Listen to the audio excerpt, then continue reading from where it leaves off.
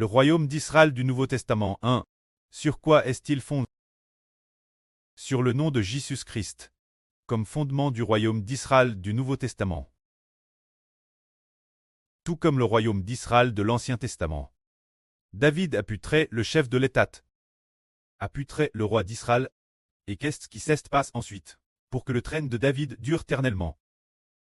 Le trône de David, quel est le fondement de sa dure éternelle? David a de obtenir la faveur de Dieu, pour que Dieu puisse faire durer le trône de David éternellement. L'origine, Dieu avait établi Saül comme roi. Puis Dieu a aboli la royauté de Saül et établi David comme roi. Le roi David est ainsi devenu roi. Et Dieu a fait alliance en disant qu'il ferait durer le trône de David éternellement. Que les descendants de David, nation après nation, succéderaient David comme roi, parce que David désirait ardemment construire le temple de Dieu. Plus tard, Dieu a fait alliance en disant que Salomon, le fils de David, construirait le temple de Dieu. Ainsi, le trône de David, dans le royaume d'Israël, a pu subsister éternellement. L'alliance avait un fondement. Alors, le trône de David, le fondement de sa subsistance éternelle, qu'était-il? C'était le temple de Dieu.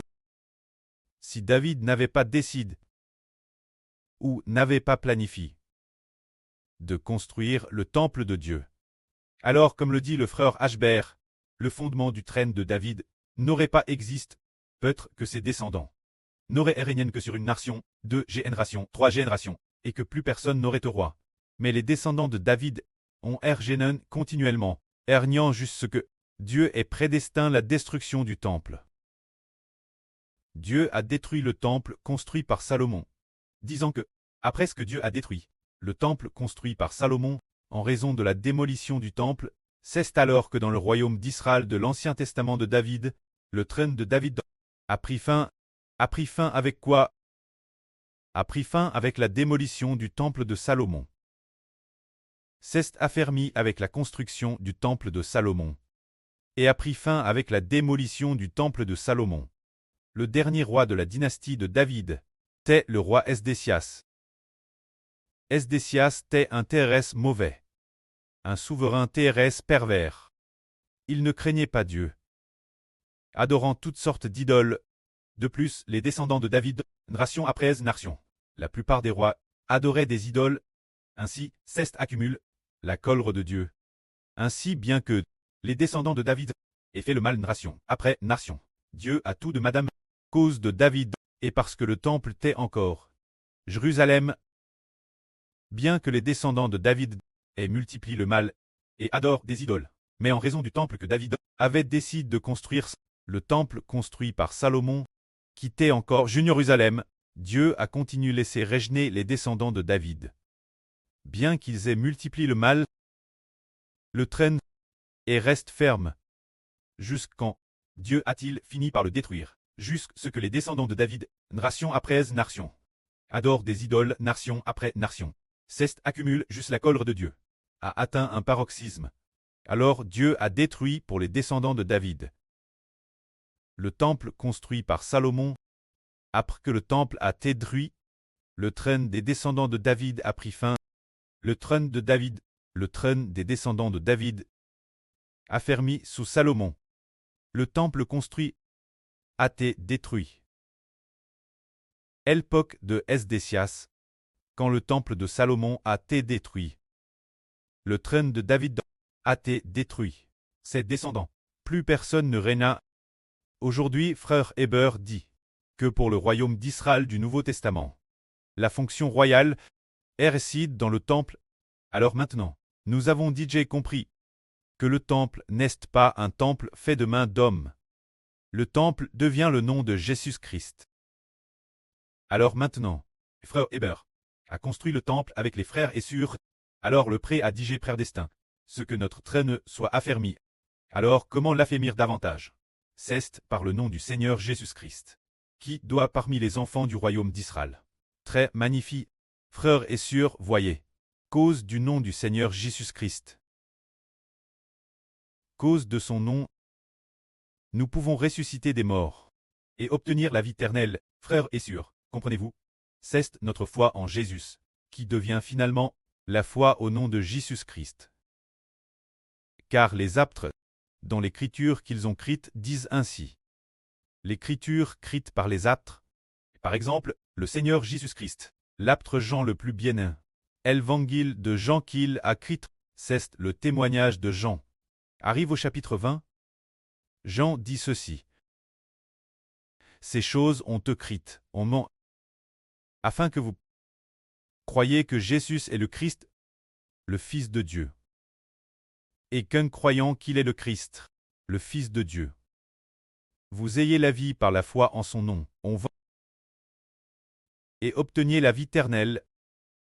Nous croyons DJ que Jésus est Dieu, est le Fils de Dieu. Alors tu as DJ cru, sans aucun doute. Alors nous pouvons, par la foi au nom de Jésus dans notre bouche, en confessant de notre bouche le nom de Jésus, obtenir la vie éternelle. C'est par le nom de Jésus que nous pouvons être affermis au point de pouvoir ressusciter des morts et c'est le nom de Jésus qui est le fondement du royaume d'Israël. Le nom de Jésus-Christ est le fondement du royaume spirituel d'Israël. Alors quel point notre royaume est-il ferme? Quel point le royaume spirituel d'Israël est-il ferme? Dépend de la fermeté du nom de Jésus-Christ. Dans notre bouche. Frère Hébert a dit un jour, un beau témoignage, il l'a dit plusieurs fois. Frère Hébert le redit. Les frères et sœurs scène souviennent peut-être. Et frère Hébert a reçu le nom du Seigneur Jésus-Christ qui donne la vie. Pour quelle raison? Un jour frère Hébert avait les yeux fermes. Alors une voix est sortie de l'intérieur de frère Hébert. Parlant de sa bouche, c'était la propre voix de frère Hébert. Mais elle ne venait pas de l'esprit de frère Hébert. En disant cela, je suis le Seigneur Jésus qui donne la vie. Alors le frère Hébert est devenu celui qui a obtenu, appelle le Seigneur Jésus qui donne la vie. C'est parce que le frère Hébert, envers le nom du Seigneur Jésus-Christ, avait un ardent désir de le défendre, faisant tout son possible pour le défendre. Le nom du Seigneur Jésus. Finalement, le frère Hébert a obtenu le Seigneur Jésus qui donne la vie. Puis 1 an plus tard, le frère Hébert prêchait la vie. Quelle en fut la fin? Le frère Hébert est devenu souverain sacrificateur. Le souverain sacrificateur devrait appartenir au Seigneur Jésus, mais cause du nom de Jésus-Christ.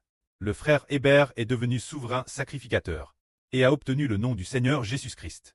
Alors, le nom du Seigneur Jésus-Christ est le fondement de la nation d'Israël. Tout comme le roi David dans l'Antiquité. Au début, les frères et sœurs voient que David était un roi plein de sagesse et d'intelligence. Quel point était-il sage? Peu de temps après être devenu roi, il a décidé de construire un tabernacle pour Dieu. Ce moment-là, il n'avait pas encore décidé de construire le temple de Dieu. Il n'avait pas encore cette intention. Mais il avait dit Jérusalem dresse un tabernacle, tout comme Mose, comme le tabernacle dresse par Mose autrefois. Il a dressé le tabernacle. Peu après être devenu roi, il a dressé le tabernacle. Jérusalem, le tabernacle de qui? Le tabernacle de l'Éternel Dieu. Il a alors demandé au peuple et aux sacrificateurs de transporter l'arche de Dieu. Depuis un autre endroit, de la transporter l'eau. David avait construit le tabernacle. Mais David, lors du transport, ne savait pas qu'il fallait faire porter l'arche par les sacrificateurs. Mais a plus utilisé des buffles pour transporter l'arche. Les buffles ont alors tribu. Et Dieu a fait un homme, nomme Uza. Cause de cela, David n'osa plus continuer transporter l'arche. Mais 3 mois plus tard, David a entendu dire que l'arche était dans la maison d'un homme, dans la maison d'Obed-Édom. L'arche était chez Obed-Édom. Pendant 3 mois, et Dieu a béni Obed-Édom. David a alors compris que pour transporter l'arche, on ne pouvait pas utiliser un char buffle, mais qu'il fallait la porter sur l'épaule des sacrificateurs, ou sur l'épaule des Lévites. David a donc envoyé les sacrificateurs et les Lévites porter l'arche de Dieu sur leur pôle. Ainsi, ils ont transporté l'arche dans le tabernacle de Dieu. Lorsque l'arche fut transportée dans la tente que David avait construite, déesse lors, le trône de David fut affermi. Mais il n'y avait pas longtemps qu'il régnait. Continuant à régner, probablement continuant à régner. Quelques années plus tard, un jour, David a décidé. Il savait que Dieu avait permis David l'Éternel avait permis David d'avoir un traîneau TRS ferme, que toutes les nations n'osaient pas attaquer David, et qu'elles craignaient David. Il a alors compris que c'était cause de l'Éternel. David a donc dit, « Je veux bâtir un temple pour y doser l'arche de l'alliance de Dieu. » Ainsi, la première fois David a construit le tabernacle de Dieu. Pour y abriter l'arche de l'alliance, quelques années plus tard, il décida de construire un temple. Un temple magnifique, pour y doser l'arche de l'alliance de Dieu. On peut voir que ce roi était vraiment un roi le plus glorieux de tous les temps. Si bien que le Seigneur Jésus-Christ est aussi appelé celui qui s'assirait sur le traîneau de David pour régner. C'est parce que David, rempli de sagesse, a construit le tabernacle de Dieu. La première fois, il a construit le tabernacle de Dieu. La deuxième fois, il voulait construire le temple de Dieu, mais Dieu a dit que parce que David avait fait trop de guerres et tué trop de gens, c'est pourquoi David ne pouvait pas construire le temple de Dieu. Mais Dieu, parce que David avait cette intention de construire le temple de Dieu, ce qui était très bon. Alors Dieu fit une alliance avec David, disant qu'il ferait subsister le trône de David pour toujours. Plus tard, Dieu a promis de laisser Salomon le fils de David construire le temple. Construire le temple de Dieu. Aujourd'hui, le frère Eshber a dit avec les frères et sœurs construit le temple spirituel du Dieu de la Nouvelle Alliance. Ce temple spirituel, construire le temple de Dieu, c'est édifier des chants. Construire le temple de Dieu, c'est composer des louanges. Construire le temple de Dieu revient bâtir le royaume de Dieu. Maintenant, nous comprenons encore mieux que dans ces chants, il faut proclamer le nom du Seigneur Christ, pour rendre le temple plus solide, pour rendre le royaume spirituel plus ferme. Ainsi notre royaume prospérera sûrement. La prospérité réside dans le nom du Seigneur Jésus-Christ, qui doit être magnifié dans la bouche de tous les frères, afin que le nom de Dieu, par le nom du Seigneur Jésus-Christ, soit glorifié. Quoi que nous fassions, nous proclamons le nom du Seigneur Jésus-Christ, car le précleste a fait une alliance. Lui et le Seigneur Jésus-Christ seront ensemble pour toujours et jamais. La puissance du précleste, l'Esprit Saint du précleste, pour toujours et jamais, demeure dans notre pré. Le Seigneur Jésus-Christ. Le Seigneur a dit expie pour tout Israël. Pour tout l'Israël de la Nouvelle Alliance. Le Seigneur Jésus-Christ, athée par le frère Eshber, et tous ceux qui appartiennent aux enfants du frère Eshber, les enfants de la Nouvelle Alliance, absolument tous les enfants, crucifient. Nous devons donc construire un temple, qui est le temple proclamant de la bouche le nom du Seigneur Jésus-Christ, afin que l'Éternel Dieu, par le nom de Jésus-Christ, soit glorifié. Ainsi, le royaume spirituel d'Israël, par le nom du Seigneur Jésus, s'enracinera en nous. Grâce cette solidité, Dieu sera fermement au milieu de nous, et nous pourrons vaincre toutes les nations. Que la gloire soit auprès et au Seigneur. Amen.